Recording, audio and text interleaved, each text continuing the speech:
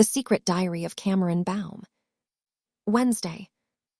I launch myself off the top of the wall, the pistons that approximate human quadricep muscles easily absorbing the impact of the 18 feet drop. I straighten up slowly and survey my surroundings. Shrubs, trees both juvenile and mature. An expanse of lawn split by a tarmac driveway that leads to my intended destination. The Fresno Asylum for the criminally insane.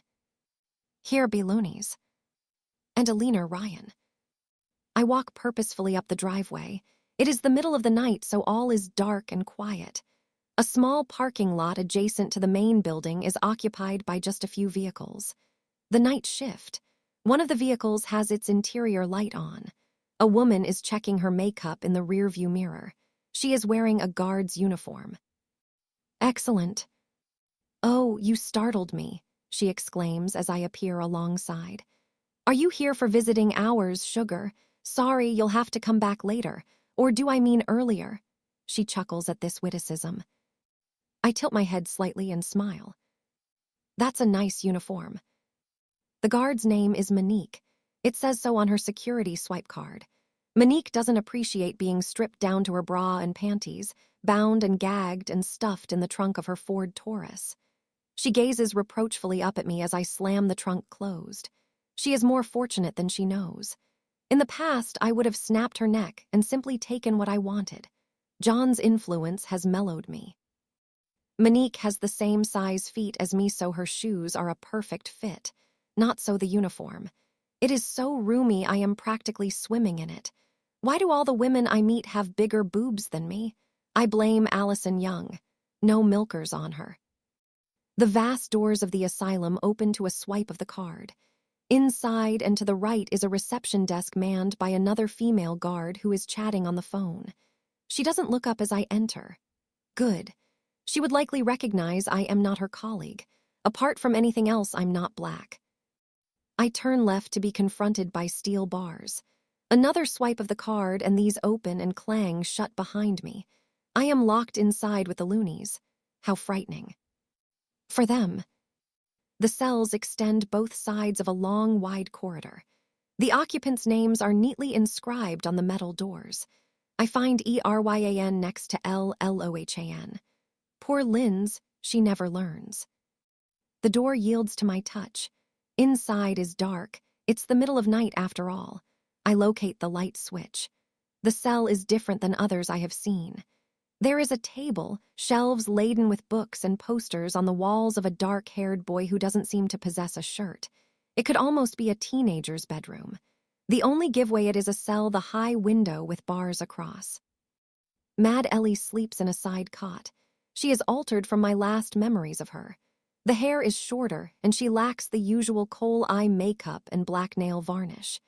The pajamas she is wearing have a bunny motif. Makes a change from vampire bats. I place my hand over her mouth and shake her awake. Do you remember me? Wild staring eyes and a frantic nod of the head. Then you know what I am capable of. You're not going to scream, are you? I wouldn't like it if you screamed. A frantic shake of the head. I remove my hand. See, Cameron, how did you get in? Through the door, duh. Is everybody dead? It wasn't necessary. What do you want? Information. Listen, I'm sorry I went to the police. I couldn't stand it anymore. I couldn't sleep or eat. My conscience was killing me. Ah, yes, the human conscience. What a troublesome organ it is. I am glad I don't have one. You told the police about me. I'm sorry, please don't kill me. Someone came to see you after the police. A man who asked specific questions about me. Correct. Yeah. Daddy didn't want to let him speak to me. He flashed his badge and Daddy turned white as a sheet. This man wanted to know all about me. Yeah. The police scoffed when I told them you were, a monster, not this guy. He believed me. You told him about my hacking the LAPD. He was seriously interested by that. He made me tell him everything. I didn't know that much. I only drove you there and back. What was this man's name? Creed, Reuben Creed. Finally, a name to go with the face and voice. Does he have a title? Title? Does he hold a military rank? I don't know. I don't think so. I know Daddy seemed really scared of him. I ask Ellie a few more questions, but it is clear she has little else of merit to divulge. Goodbye, Ellie. You're going already. You expected me to stay for tea. A smile. I guess not. I have one last question for you. Who is the boy on the wall? Oh, that's Taylor Lautner. Friend of yours. I wish. He plays a werewolf. A werewolf. It seems Ellie hasn't entirely abandoned her belief in supernatural nonsense. Nice pecs, I concede. He's a god. Gods, werewolves, vampires. This curious need humans have for fantasy figures to titillate their lives. I open the door. Outside stand a female guard and a male orderly dressed in white. That's not Monique, the guard pronounces. I don't know who the hell she is, but she's definitely not Monique. The orderly uses a short white baton to poke me in the throat. A red warning icon lights up in my HUD. I have sustained a strong electrical charge. Not sufficient to overload my CPU, but still rude much. The orderly frowns when nothing happens. He attempts to jab me again. I yank the baton out of his grasp and jab him instead. The consequences are dramatic. He falls to the floor and convulses, voiding his bowels in the process. It appears he can dish it out, but he can't take it. The woman backs up several paces. The stun wand's not working, probably high on PCP. Bring the tranq gun. Another male, orderly, appears. He has a rifle which he aims and pulls the trigger. A feathery dart embeds itself in my neck. An amber warning icon. A strong narcotic has entered my pseudo-flesh. If I had a bloodstream, I would be unconscious on the floor. Hung. The orderly seems surprised the dart has had no effect. I grab his rifle and use the butt to pummel him. This is how you render someone unconscious. Old school. The sound of the female guard's heels as she flees down the corridor. I shoulder the rifle and fire a dart into her neck. She collapses to the ground and lies still. Help, for God's sake, send help. The guard on the desk frantically yells into the telephone for assistance. I put a dart in her neck, and she too joins the others in the land of Nod. Oh my God. I whirl round, bringing the rifle to bear. Mad Ellie cowers back in the cell doorway. Are they dead? Merely sleeping. Do you wish to escape? Now is your chance. A shake of the head. I killed a girl. I deserve to be here. She always did like being punished.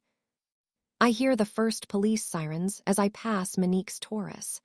I pick up my discarded clothes and walk out the front gate, ignoring the CCTV cameras on the wall. There is no need for stealth anymore. Wow, in that getup you look like Rosa Krebs, John says as I join him in the Suburban. Not pussy galore. I am familiar with the Bond canon. Did you get it? I have the name. Any casualties? One minor concussion. Another man emptied his bowels in front of me. Shit happens, John grins. Home. Reuben Creed. With a name like that, he should be Doddle to track down. John is exultant and wastes no time in opening his computer and logging on to the internet. 5 hours later, frustration and despondency has replaced elation. There are 7 Reuben Creeds in North America, he reports wearily. 6 I found photos and biographies to match. None are him. And the 7th. A 3-year-old child in Toledo, Ohio. I think we can rule him out. So the girl lied. She wouldn't dare, I reply. I would have known. Okay, so maybe this NSA agent gave a false name. John shakes his head. I don't think so. Cameron said he flashed his badge to the girl's father, who's a lawyer. Why take the risk? I think the name's legit. So what? He's gone off the grid like us. It makes sense. It's obviously a black ops of some kind they're running. So another dead end. I'm gonna keep looking. No one can go off-grid entirely. We're proof of that. I get the impression Sarah Connor isn't too dismayed at John's failure to trace Reuben Creed. This is a dangerous man with the full panoply of the state behind him. And there is always the risk that in going after him I will be captured and my chip incorporated into the Skynet mainframe. Kate Brewster's appearance is proof it has happened before, and could do so again. Timelines are tricky that way. Sunday. It smells of paint in here. That's because we've just painted the walls, John points out logically. It'll wear off, pumpkin, trust me. John and I have just finished redecorating the basement so Mia can use it as a playroom or den. I am wearing bib overalls and scuffed sneakers, and my hair is pinned up. There is a smudge of paint on my nose. I still look sexy, though. Duh. It's not as big as Megan's. Because that girl lives in a freaking palace. And the plasma's different. It's an LED, not a plasma, I explain. LED stands for light-emitting diode, invented in. Cam, remember what we discussed, John whispers. What we discussed was my being less anal. No one likes anal, except on special occasions. I forgo the rest of the history lesson. You're all set, there's your dollhouse. Bean bags, Snowy's treadmill, pinball machine, Xbox, table fussball. And by the way, you totally cheated last time. Did not. Did 2. Did not. Did 3, I exclaim. This causes Mia to laugh, as I knew it would. I am finally learning the nuances of certain types of humor, though toilet humor continues to puzzle me. What is funny about poop? And there's an intercom built into the wall so we can tell you when it's time for lunch. Or bed. He doesn't add that it will also alert us to her whereabouts, so she is less likely to burst in on us unexpectedly when we are getting jiggy with it. I'm sad, she pouts. Oh, come on, Mia, John exclaims. I know Megan's is bigger, but I'd have loved a place like this when I was your age. I'm not sad about here. I'm sad because school ends soon. Summer break. Man, that was my favorite part of the year. Why are you sad? Megan spends summer in Cape Cod with her folks. I won't see her for weeks and weeks. You can speak on the phone, and you've got that video app I showed you how to use. It's not the same. What is Cape Stupid Cod anyway? Finally, an occasion for me to be anal. Cape Cod is a peninsula of land in the state of Massachusetts on the northeastern seaboard of the United States. Maybe I can cycle there and then back before supper, Mia suggests hopefully. Cape Cod is 2,661 miles from Los Angeles. A person of your age and fitness should be able to cycle 15 miles a day. A round trip would require 354 days. Oh, I guess cycling's out then. Slacker. Cheer up, Munchkin. We'll do plenty of fun stuff ourselves. Go to the beach. And there's a new mall in Reseda we can check out. Maybe we'll go hiking in the mountains. I know a few trails. Will we sleep in a tent? Sure. What about Snowy? He can't sleep unless the light's on. Okay, we'll take a storm lantern with us. Man, I think Mom's right. We spoil that dog. Snowy chooses this moment to enter the room. He begins sniffing around the skirting board. What are you after, boy? Snowy need dirt box, poopsies. He says he wants a dirt box to poop in. Mia translates for John's benefit, using the iPhone app to decipher the barks. No way. You need to poop, you go outside. You'll be wanting a diaper next. Snowy'd sure look funny in a diaper. Mia giggles. We all agree Snowy would look ridiculous in a diaper, except Snowy, who thinks he would look rather dashing. He is outvoted 3-1. No diaper for him. Thursday. John finds me in the attic room ironing my clothes. I like a nice, neat crease. He smiles at seeing me in my underwear. Is he about to initiate coitus? I will have to turn the iron off first. It wouldn't do for something sensitive to get burned. I thought I'd find you here. Mia says Ricardo the robot isn't working. I told her the battery probably needed changing. No, I removed Ricardo's chip and some other components, and incorporated them into your mother's leg. You did what? The bullet damaged her muscle beyond repair. Without cybernetic assistance, she would be permanently crippled. Does she know about this? She didn't ask, therefore. I saw no reason to explain. Good, keep this under your hat. I don't wear a... Don't tell anyone. John runs a hand through his hair. He appears distracted. Coitus seems a long shot. Why didn't you tell me at least? You were preoccupied with Davy. I had to act fast. The risk of infection and an amputation was too great.